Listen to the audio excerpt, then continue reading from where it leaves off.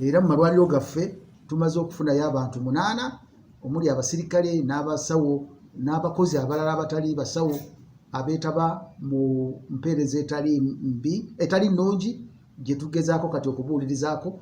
Era kye tuzuddemu ekirala nti abantu abali mu laboratories zino ez'ebweru tubasanze nga balina eddagala lino erikozesebwa mu laboratory libayiwa ku byuma byabwe n'obuwuka bwe baagala okukebeera bye bayita reagents. Tusanze ebimu byaggwako dda n'emyaka. Tusanze mulimu abakozi abatalina na biwandiiko bituufu. Olwaleero tukutte abantu 15 era wenjogerera kati tubayina ku CPS wano e Mbale. Bano babadde benyigira abatebeeza okubeera nti benyigira mu bintu ebitali birambulukufu kugamba ebisobola okubeera nti bikuuma obulamu bw'omuntu nga bulungi. Ebikwekweto bino biddiridde eggulire lye twakulaga ku NTV mu kanyomero kaffe aka Panorama n'olupapula lwa Daily Monitor nga twabikulaga ssabbiiti 2 emabega nga lyoleka obulyake n'obutali bwenkanya ebifumbekedde mu ddwaliro lya gavumenti ery'e Mbale. Okunoonyereza kwaffe kwazuula akakundi akalimu abasawo abamu, abakozi mu kitongole ky'omusaayi, abakuumi wamu n'abantu abalala abakola mu ddwaliro lino abateega abalwadde ne babasendasenda okugenda mu bulwaliro bw'obwannannyini obwetoolodde eddwaliro lino.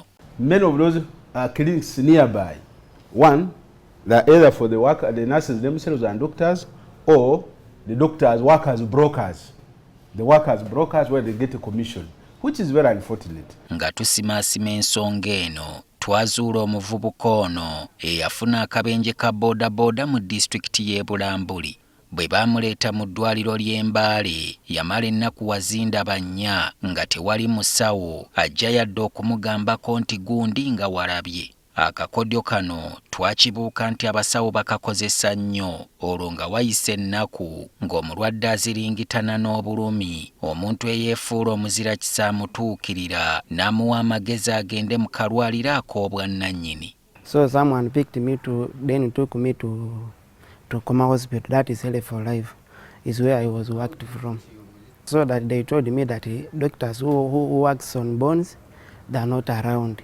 So that maybe they take you to private hospital. So I went there. Ono bwe yagenda mu kalwaliro baalongoosa okugulu kwe ne bassaamu ebyuma nga bino byamalawo akakadde keeza kuno kamu n'ekitundu. Wabula nga wayise emyezi 3 ebyuma bye baamussaamu byasensebuka era ekifaananyi ky'omundu oba scan kyalaga nti baamulongoosa bubi nga kati yeetaaga baddemu okumulongoosa okutereeza okugulu naye nga yeetaaga obukadde bweza kuno buna n'ekitundu. An example, a broken patient, when he enters the hospital, they tell him, there are no doctors here. Let us take you outside where there are doctors. These ones are fake doctors. So they bring them to us and then we work on them. Sometimes we do good work, at times the work is too hard for us. But of course, many byakaita ukofukagwira ufunako n'ogenda unasula sente zewina agenda gonokola. Ekyewuunyisa ebibadde bigenda mu maaso mu ddwaliro lino abamu ku bakulembeze n'abantu ab'enkizo mu kibuga Mbale babadde babimanyi bulungi wabula ne basalawo beefuule bannampulira zibi. There is extortion, of course, to a certain extent. I've also experienced that, but I've always intervened it by linking up with the management of the regional referral hospital to ensure the culprits are brought to book.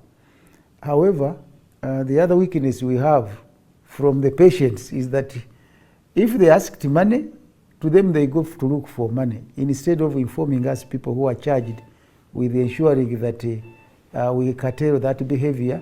Tukitegedde nti waliwo enteekateeka ekoleddwa okunogera ekizibu kino eddagala olwo abalwadde abajja wano bafune ku buwerero. Of course, you mount an operation today, they wait for 1 week, there is no follow-up, they come back, but of course it's there, but we are also not sitting back. Eddwaliro lino lyazimbibwa mu mwaka gwa 1924 nga lirina ebitanda 415. Liweereza abantu okuva mu disitulikiti 15 mu buvanjuba bw'eggwanga oluusi n'okusukkawo. Kyokka ly'olaba lino okusangamu ebyetaagisa okujjanjaba abalwadde wamu n'abasawo abakugu ku bakutema ku lw'ennamuganga. newankubadde guli gutyo minisitule y'ebyobulamu yeekalambira nti lino lye limu ku malwaliro ga gavumenti erisinga okubaamu abasawo n'abajjanjabi mu ggwanga nga si byakwogera kaleeka emyango omuganzi aloopa embuga.